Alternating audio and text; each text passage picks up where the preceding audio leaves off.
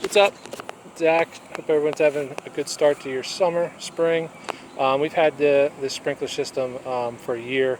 I still just have to trim that off because it comes out of the ground right there. I always leave extra, but since it's been a year, plenty of length on it. We're going to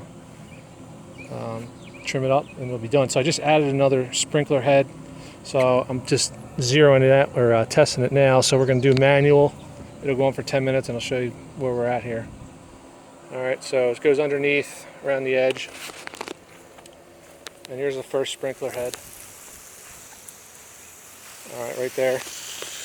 And that will get from the crepe myrtle and go all the way over to about here. That's the coverage of it.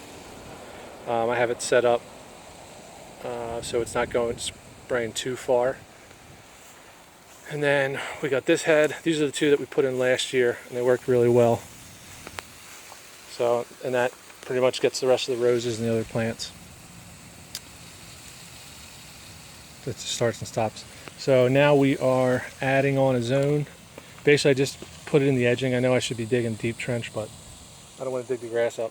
So we dug it all down along here. It's kind of acting like an edge. And then we have this one, I'm just testing it now to dial it in.